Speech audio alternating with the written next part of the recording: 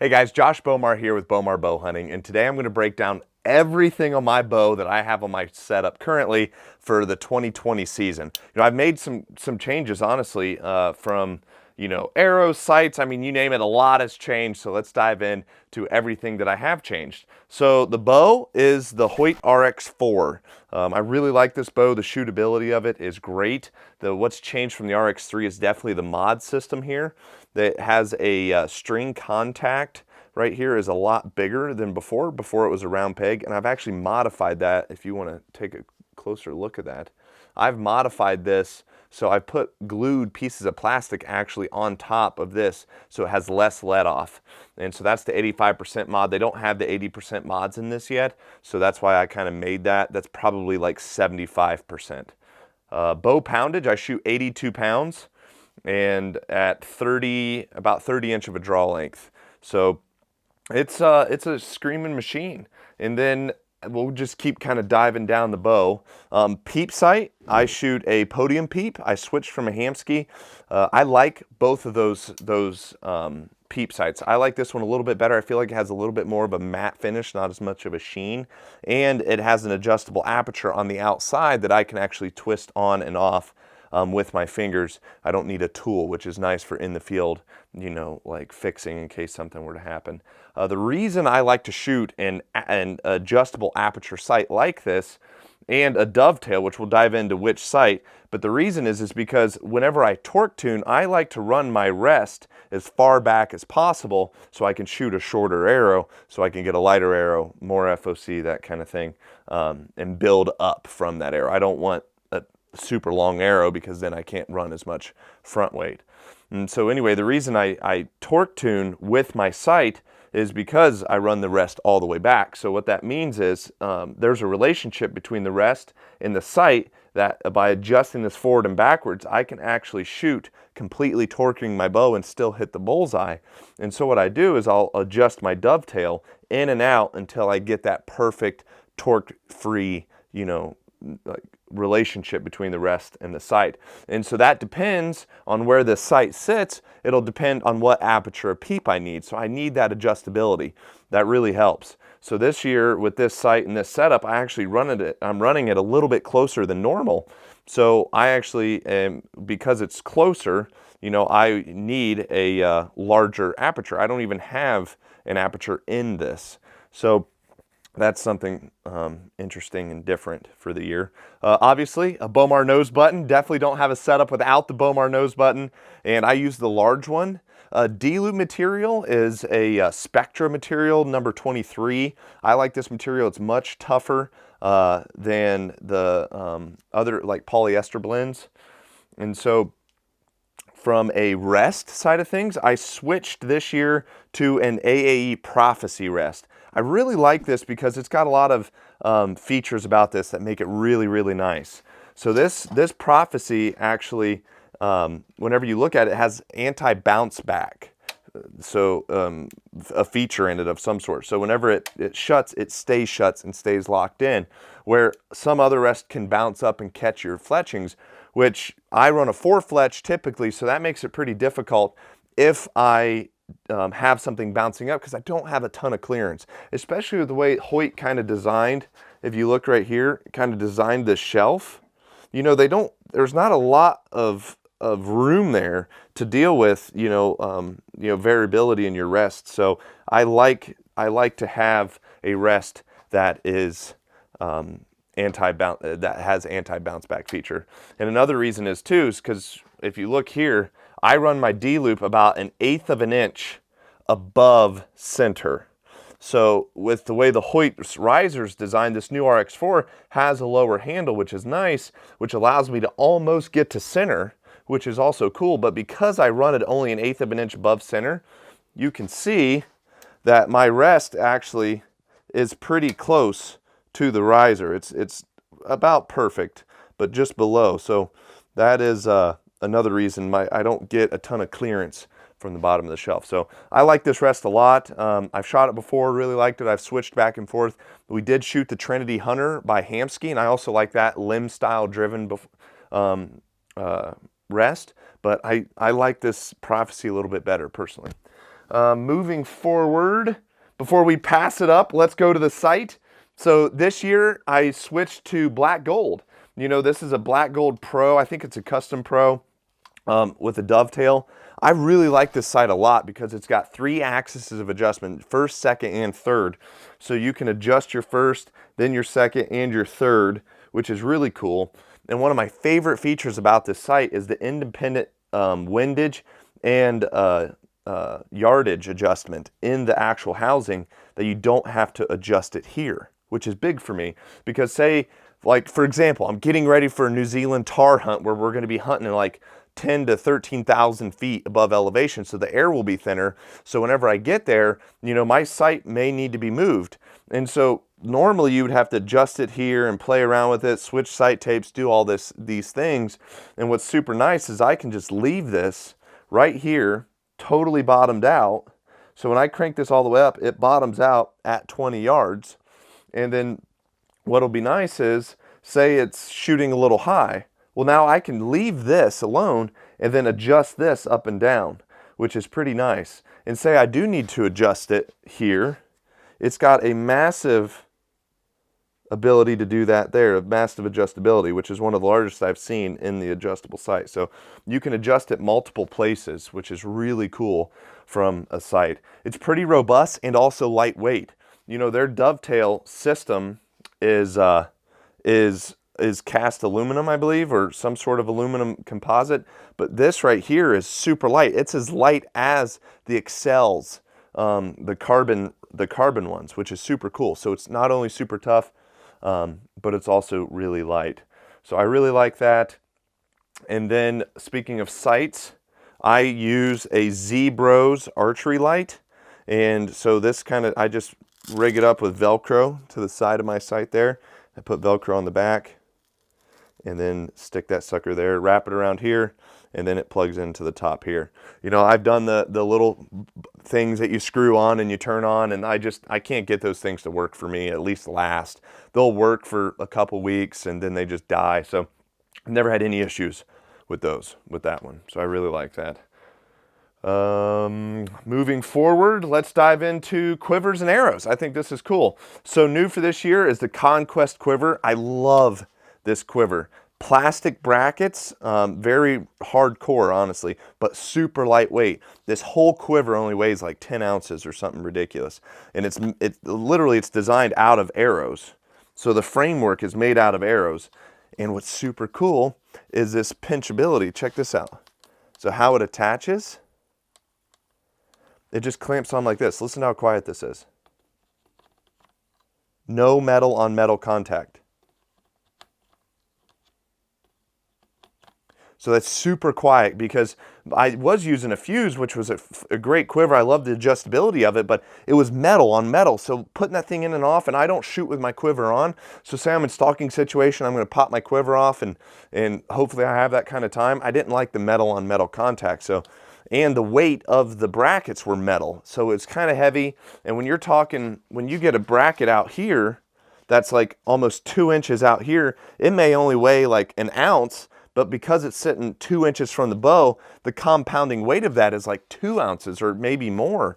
So then I have to run a heavier offset in my offset or back bar in order to compensate that weight. I didn't like that.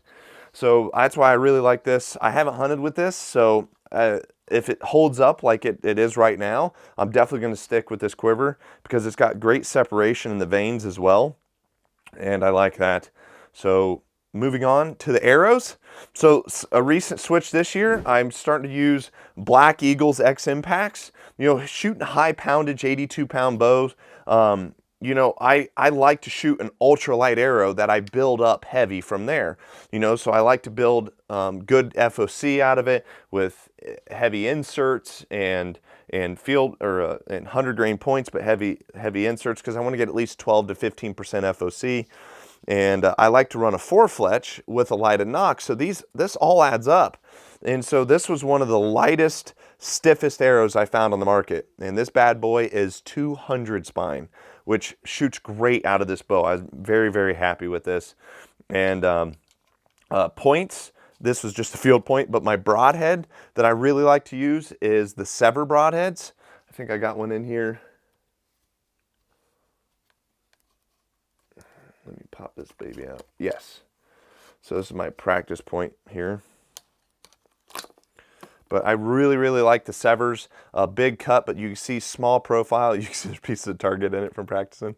But yeah, so it flies great. I like broadheads that fly like a field point. So that's kind of important to me. And but yeah, pretty good. Before we leave the arrows, I want to make sure we cover what's on the back of the arrow. So I'm using the 2.75 tack driver vane with a full helical. And a lot of people talk about the difference between offset helical. I've never really noticed a difference, but I do notice a difference with broadhead flight, that I get better broadhead flight like fixed blades with a helical. And maybe super long range, I may have worse accuracy, but I don't notice it with mechanicals. So for me, full helical is what I like. Four fletch, a four fletch there with a nocturnal lighted knock. And quite frankly, if there's a better knock design out there, I'll start buying those, because if I buy 10 packs, 3 packs only last me a few shots with the nocturnal. So I'm not like sold on these, but I do like the consistency in their build. They're pretty consistent on grain weight. I just wish that they consistently worked. So I'm not super happy with that knock choice, but hopefully maybe they'll design them better, or maybe something better will come on the market. Because I tried Glory knocks, but they didn't work out at 82 pounds. They lasted a couple shots and broke for me, which I really like that design better, but unfortunately it didn't work for me. So hopefully they get their stuff figured out and I can switch, but we'll see. But moving forward to stabilizers. So these stabilizers are awesome. They're Conquest stabilizers. I run a 15-inch front bar with 2 to 3 ounces on the front, depending on how the bow balances. I'll probably be switching to 2 ounces on the front, still fine tuning all this, but 15-inch, now you guys can see the small diameter of these stabilizers, which I really, really like, because obviously the bigger the bar, the more wind can hit it. So with a smaller profile, you get a little bit less wind drift, but yet this sucker's super robust. And I like a 15-inch one because when I'm spotting and stalking, my bow I could have like this on the ground, and say I grab my release. What's super nice is, like, if I'm in a spot and stalk situation, I could have that right there. My bow's right here, 15 inches. That's super nice, and then I can just pop it up. And I like having a back bar too, which I've actually customized this, and I'll talk about that in a second. But this back bar helps offset all this weight on the right side of your bow. You got your quiver, you got everything, but whenever I shoot, I'll pop this bad boy off like this, and then this bow will stay perfectly balanced, you know, because it offsets that. And anyway, that's why I like running a back bar. And what's also nice about a back bar is if I'm right here, like you could see, this back bar is kind of supported on my leg, so it just kind of supports the bow, so I'm not wearing out my shooting arm. So I'm just kind of can be right here like this, which is also one of the reasons why I really liked, Hoyt's gonna hate me for this, but they had these quiver brackets right here, and I threaded this out with a drill and put a 5/16 thread in there, and then drilled, and you can kind of see how I rigged that up, and I just kind of threaded that through and then locked that bad boy in there. So I mean, it's probably not recommended, but that's designed to have something go through it like a quiver, so it shouldn't mess with the integrity of the riser, but I hope not anyways. Shoots great, and plus I'm getting that weight further away from the sight. So if you think of like a bow like 10 pounds in your hand, you can twist 10 pounds real easy, right? And then the further you get 10 pounds, say you had 5 pounds up top, 5 pounds down low, and you put that on like a 50-foot stick, it's actually really hard to twist. So the concept in my brain, and I don't even know if this is right, but the further I get this weight from this weight, the more stable the bow would be, because I'm getting the weight further from each other. And so that's why I want to get it as low on the riser as possible. And I do feel like it holds a lot better. I mean, my pin parks on the bullseye, and I think that makes a big difference. So that is something new this year, is I drilled out this bottom with a 5/16, I threaded it and put a 5/16 off bar. Now my back bar is 8 inches. I'm running 5 ounces on my back bar. And so an 8-inch stabilizer with 5 ounces of weight. Now I could run a longer one, but I don't like to run a longer one because then it starts getting into too much into me, and it gets in the way of hunting. So I'd rather have a heavier bow with a shorter bar than having a longer bar and a lighter bow, just because of the movability of the bow. I don't want the bow to become a burden to move around in the woods. And release, let's dive into that. So this is a Stan Perfects extra large release.